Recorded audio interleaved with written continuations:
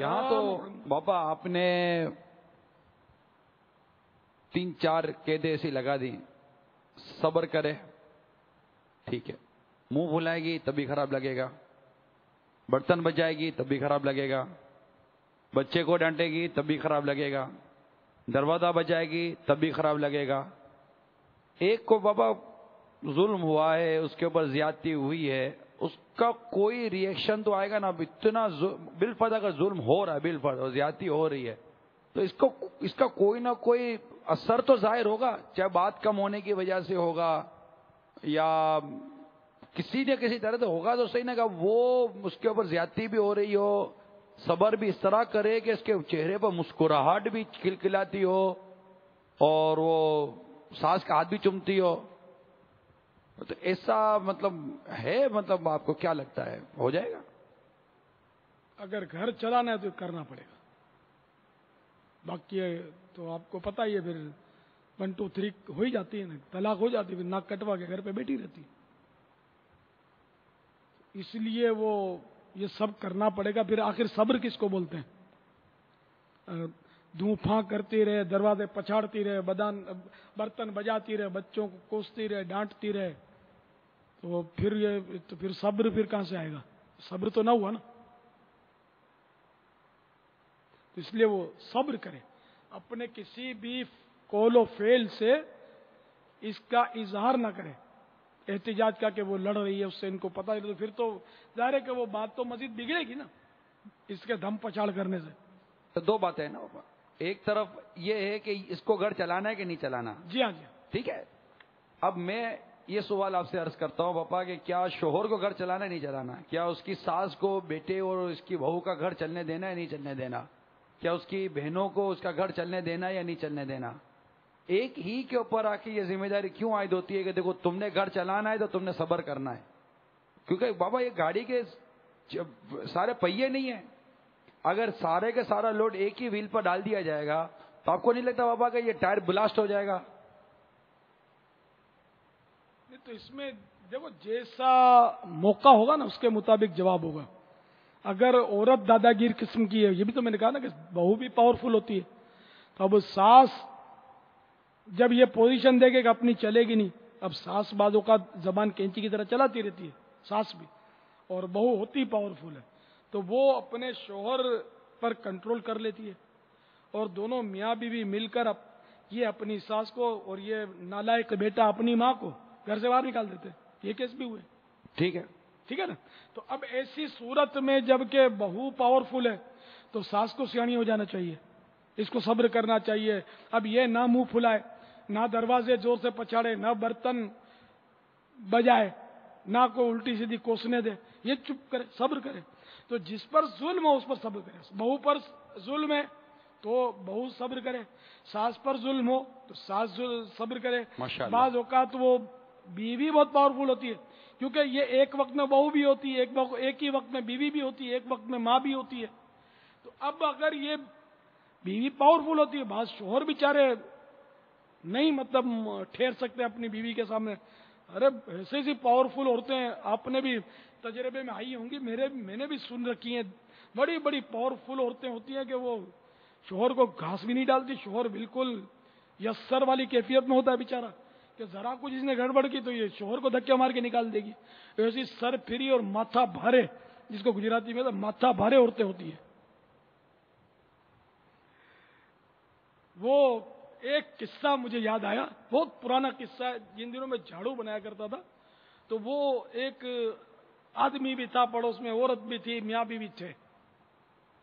عورت یار بڑی پاورفل تھی, ایسی کہ بس جیسی تیسی.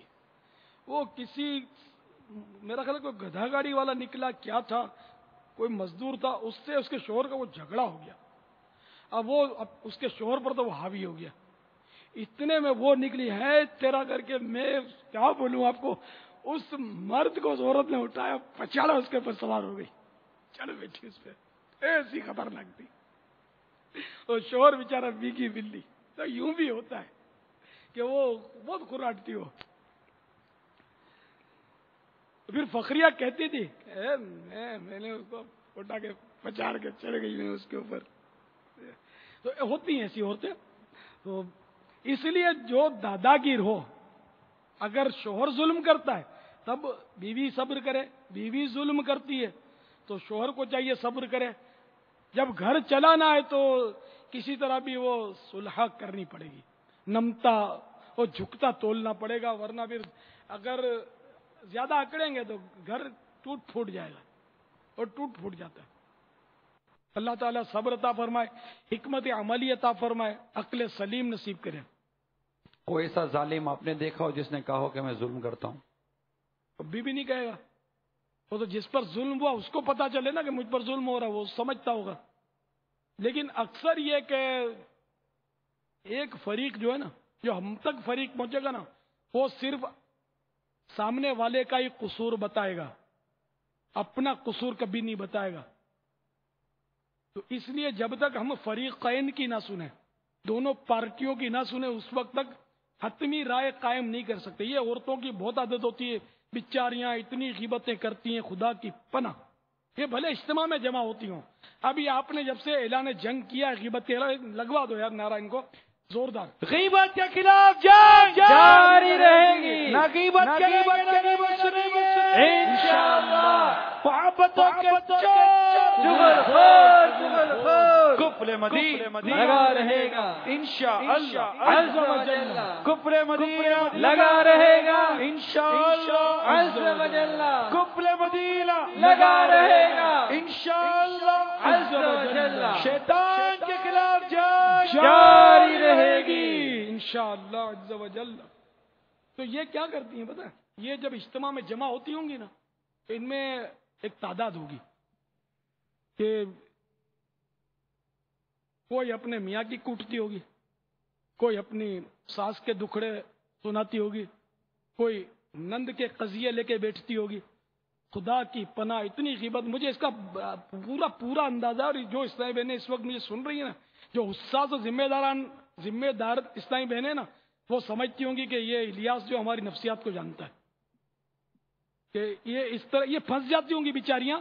یہ نہیں چاہتی ہوں گی غیبت کریں، لیکن وہ ایسی آ کر اب کوئی سمجھدار ذمہ دار اسلامی بہنیں بول بھی دیتی ہوں گی کہ کیونکہ یہ ہمارا میٹر نہیں ہے، آپ اپنی ساس کی بتا رہی ہو تو آپ صبر کریں، اور جو غیبت کر لی اس کی توبہ کریں، کیونکہ آپ ہم کو بتائیں گی تو ہم آپ کی ساس کو جا کر سمجھانے سے تو رہے.